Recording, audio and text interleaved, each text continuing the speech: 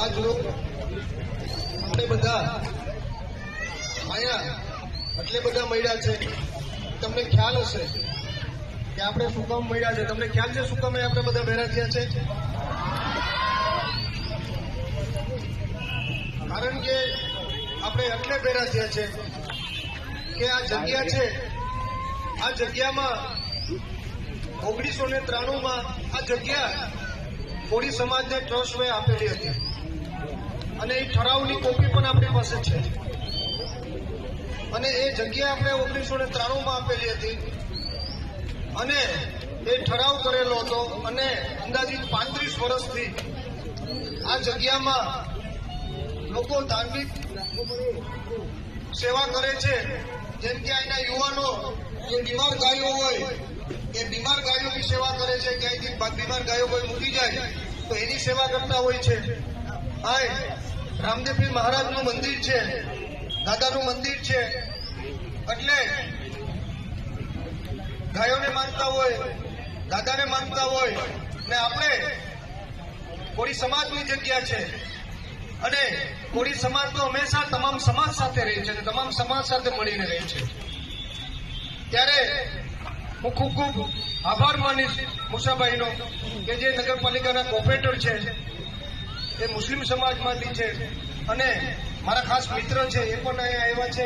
નગરપાલિકાના પ્રમુખ આવ્યા છે, સમાજના પટેલ દિનેશભાઈ છે, નાના કોળીવાળાના પટેલ પ્રવીણભાઈ છે, જિલ્લા પંચાયતના માજી પ્રમુખ બચુભાઈ છે, રામભાઈ છે, ઉપપટેલો છે, તમામ આગેવાનો છે. આમ તો નામ ન લેવા જોઈએ, કોઈને કોઈ નામ રહી જાય.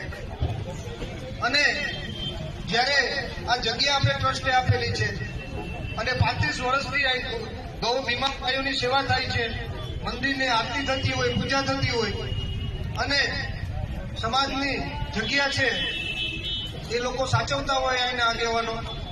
ત્યારે કાલે અચાનક જ સરકારી તંત્ર આવ્યું અને સરકારી તંત્ર આવ્યું અને સરકારી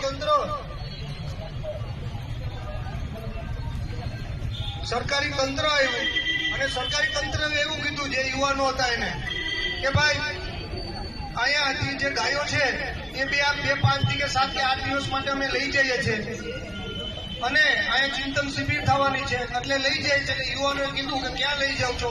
અને એમને કીધું કે ભાઈ ગૌશાળાએ લઈ જાય છે, અહીંયા બાજુમાં પાંજરાપોળમાં લઈ જાય છે અને 7-8 દિવસ પછી અમે મૂકી જશું. તો બધા યુવાનોએ કીધું કે કઈ વાંધો નહીં, તમે લઈ જાઓ. આજે સવારે આવ્યા તો બીજી 50 જ ગાય હતી.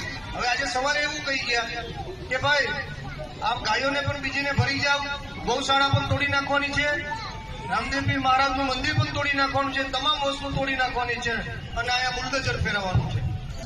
ત્યારે મારી પાસે વાત આવી અને મેં ઠરાવ જોયા, કાયદાકીય રીતે બધું જોયું તો અધિકાર આપણો છે, અધિકાર છે તો એમાં આગળ હિટલરશાહી થોડી ચાલે.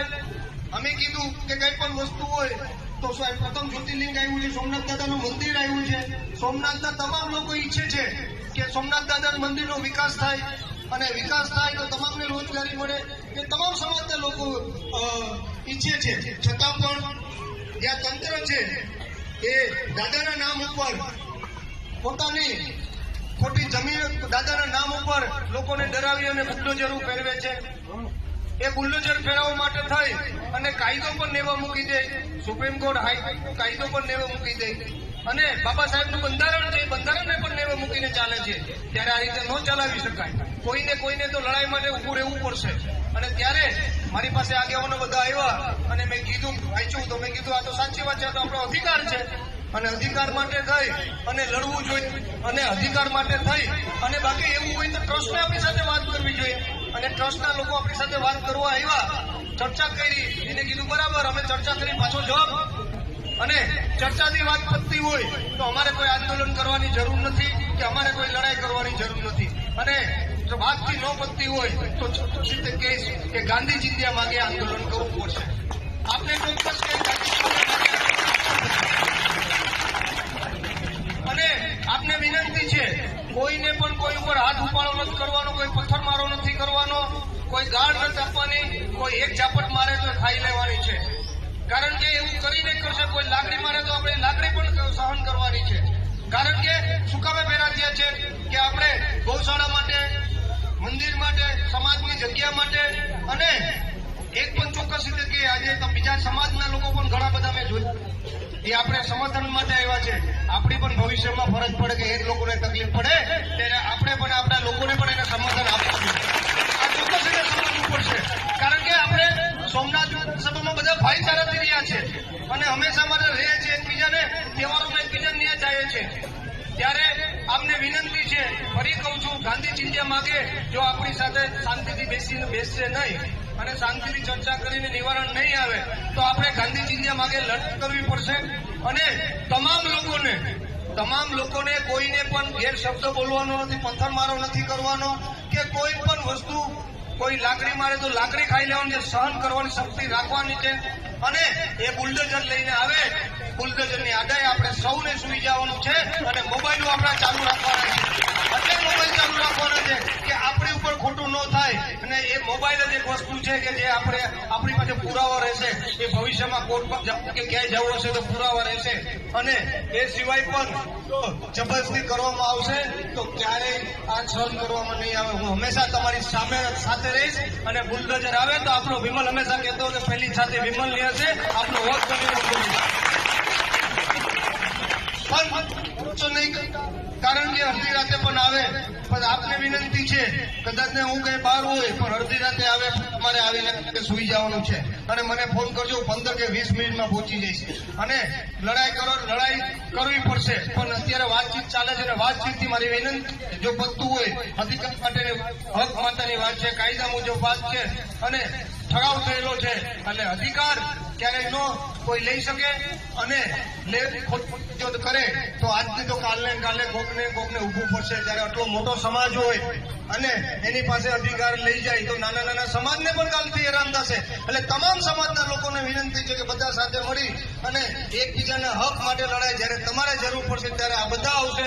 આજે એ લોકોની જરૂર છે, બધા સાથે મળી અને લડાઈ લડવાની છે. પણ ગાંધી ચિંધ્યા માગે અને તમામ, હું મારી વિનંતી છે ખાસ કરીને કોળી સમાજને વિનંતી છે કે એક નાનામાં નાનું બાળકથી લઈને, બૈરાથી લઈને એક પણ યુવાન ને આ લડાઈમાં જોડાવવું પડશે. એ સમગ્ર ગુજરાતના કોળી સમાજને પણ હું વિનંતી કરું છું અને મને માનતા હોય મારી સાથે જોડાયેલા એ તમામ સમાજના લોકોને પણ અમે વિનંતી છે કે આ લડાઈમાં આપ લોકોનો સાથ સહકાર જોઈએ છે અને આપ લોકો અવશ્ય સાથ સહકાર આપશો તો 100% આમાં સાચી વાતમાં એક દેશી અને વાત પૂરી થશે અને જીત થશે. અને એ જ રીતે કાલ ભવિષ્યમાં પણ બીજા કોઈ આરે અન્યાય નહીં થાય એની પણ એને ખબર પડશે કે આ સોમનાથના લોકો એક છે અને કઈ ખોટી રીતે લડાઈ કરવા જશું તો તમામ એક થઈ જશે અને એકબીજાનો અધિકાર મેળવી શકશે. અને આપણે અધિકાર માટે લડવાની વાત હોય ત્યારે અધિકાર માટે હંમેશા લડવું જોઈએ, કારણ કે અધિકાર માટે જો નહીં લડીએ તો આ હિટલર શાહી આપણી ઉપર થશે. આજે જગ્યા લઈ જશે, કાલે ઘર લઈ જશે, કાલે બીજું કહેશે કે આ પણ અમારું છે. અને ચર્ચાથી થતી હોય, વ્યવસ્થા થતી હોય તો આપણે કઈ વાંધો નથી. જો આનાથી પણ નહીં થાય તો આપણે બધાને પ્રતિક ઉપવાસ ઉપર ગાંધી ચિંધ્યા માગે બેસવાનું છે. હું પણ તમારી સાથે બેસીશ, એ પણ 100% તંત્ર સાંભળી. તમારી ચિંતન શિબિર હશે તો ચિંતન શિબિરની સામે પણ બેસશું અને તમે કહેશો ત્યાં બેસશું. પણ અમે એવું ઈચ્છતા નથી. દાદાની જગ્યા છે, આપને વિનંતી છે કે બેસી અને આપ અમારો હક છે, એ હક જે લોકોનો હક છે, લોકોનો હક આપી દઉં. અને વિશ્વમાંથી લોકો દર્શન કરવા માટે આવતા હોય અને લોકો દર્શન કરવા માટે આવતા હોય ત્યારે વિશ્વમાં ખોટી ખરાબી થાય આપ લોકોની ભૂલના કારણે. લોકોની ભૂલ નથી એટલે બેસી અને નિવારણ આવે, શાંતિની વાત પતે. આ સાથે મારી વાત પૂરી કરું છું. વધારે આઈને બેસવાનું છે, વધારે સંખ્યામાં લોકો આવે અને બેસવાનું, જ્યાં સુધી આપણી વાત પૂરી ન થાય ત્યાં સુધી આપણે નક્કી કરશું શું આગળની પછી